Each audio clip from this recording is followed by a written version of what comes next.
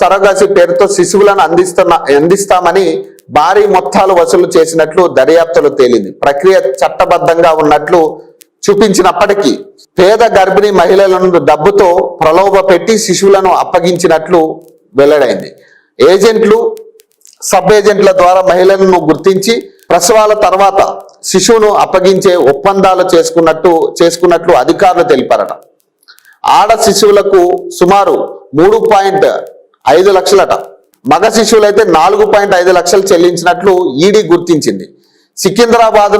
సికింద్రాబాద్ ఆసుపత్రి లైసెన్స్ రద్దు కావడంతో విశాఖపట్నం ఆసుపత్రిలో ప్రసవాలు నిర్వహించినట్లు పేర్కొంది. జనన నమోదు సమయంలో అసలు తల్లిదండ్రుల స్థానంలో సంతానం లేని దంపతుల పేర్లు చేర్చి నకిలీ పత్రాలు సృష్టించినట్లు వెల్లడించింది.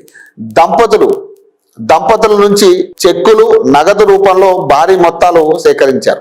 వాటిలో కొంత మొత్తాన్ని ఏజెంట్లకు కమిషన్ గా ఇచ్చి మిగిలిన మొత్తాన్ని నమ్రత వద్ద ఉంచుకున్నట్లు ఈడీ తెలిపింది.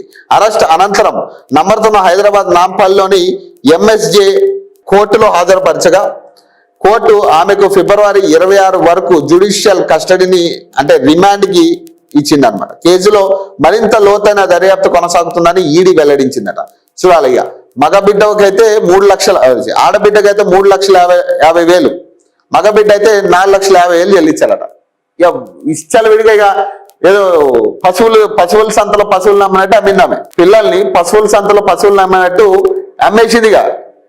సంబంధం లేవు. ఇప్పుడు పేదలు ఎవరైతే ఉంటారో వాళ్ళ గర్భాన్ని అద్దెకు తీసుకుందన్నమాట. వాళ్ళ గర్భాన్ని అద్దెకు తీసుకుని వాళ్ళకి డబ్బాసి చూపించి నీకు పైసలు ఇస్తామని కొంతమంది ఏజెంట్లు క్రియేట్ చేసి, ఈ ఎల్ఐసి ఏజెంట్లు క్రియేట్ చేసి, ఈ ఏజెంట్ల పని ఏంటంటే ఏడేడ పేదలు ఉన్నారు, ఎక్కడెక్కడ డబ్బుకు లొంగే ఆడపిల్లలు ఉన్నారు అనేది చూసుకుని వాళ్ళ గర్భాన్ని అద్దెకు తీసుకుని ఆ గర్భంలో ఇంకొకళ్ళ స్పెరంని ఇన్సర్ట్ చేసి బిడ్డను కన్న తర్వాత ఆ బిడ్డని ఈమెకు అప్పగించాలి ఆమె.